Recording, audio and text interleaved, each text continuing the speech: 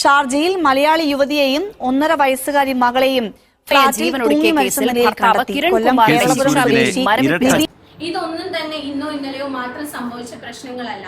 വർഷങ്ങളായിട്ട് നമ്മൾ കാണുന്നതും നമ്മൾ കേൾക്കുന്നതും നമ്മൾ ചർച്ച ചെയ്തുകൊണ്ടിരിക്കുന്നതും മാറ്റങ്ങൾ ഒന്നും വരാത്ത കാര്യമാണ് സ്ത്രീധനത്തിന്റെ പേരിലുള്ള ക്രൂരതകൾ അല്ലെങ്കിൽ സൂയിസൈഡുകൾ അല്ലെ.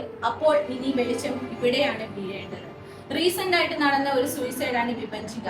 ആ കുട്ടിക്ക് കൊടുത്തിരുന്നു 50 പവന്റെ സ്വർണം. വിസ്മയക്കും ഉത്തരയ്ക്കും എല്ലാം ഉണ്ടായിരുന്നു പ്രോപ്പർട്ടിയും സ്വർണവും കാറും എല്ലാം.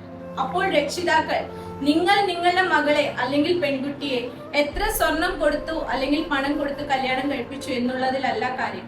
ഒരു മോശ സിറ്റുവേഷനിൽ, ഒരു മോശ സാഹചര്യത്തിൽ ആരെയും ഭയക്കാതെ അവർക്ക് ജീവിക്കാനും അവളുടെ സ്വന്തം കാലിൽ നിൽക്കാനും തീരുമാനമെടുക്കാനും കേൾപ്പുള്ളവളായി വളർത്തുക എന്നതാണ്.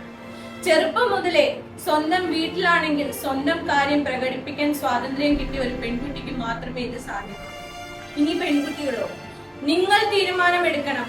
സ്ത്രീധനം കൊടുത്തുള്ള ഒരു കല്യാണത്തിന് ഞാൻ തയ്യാറല്ല. അതിന് സപ്പോർട്ടായിട്ട് പേരൻസ് ആയ നിങ്ങളും ഉണ്ടാകും.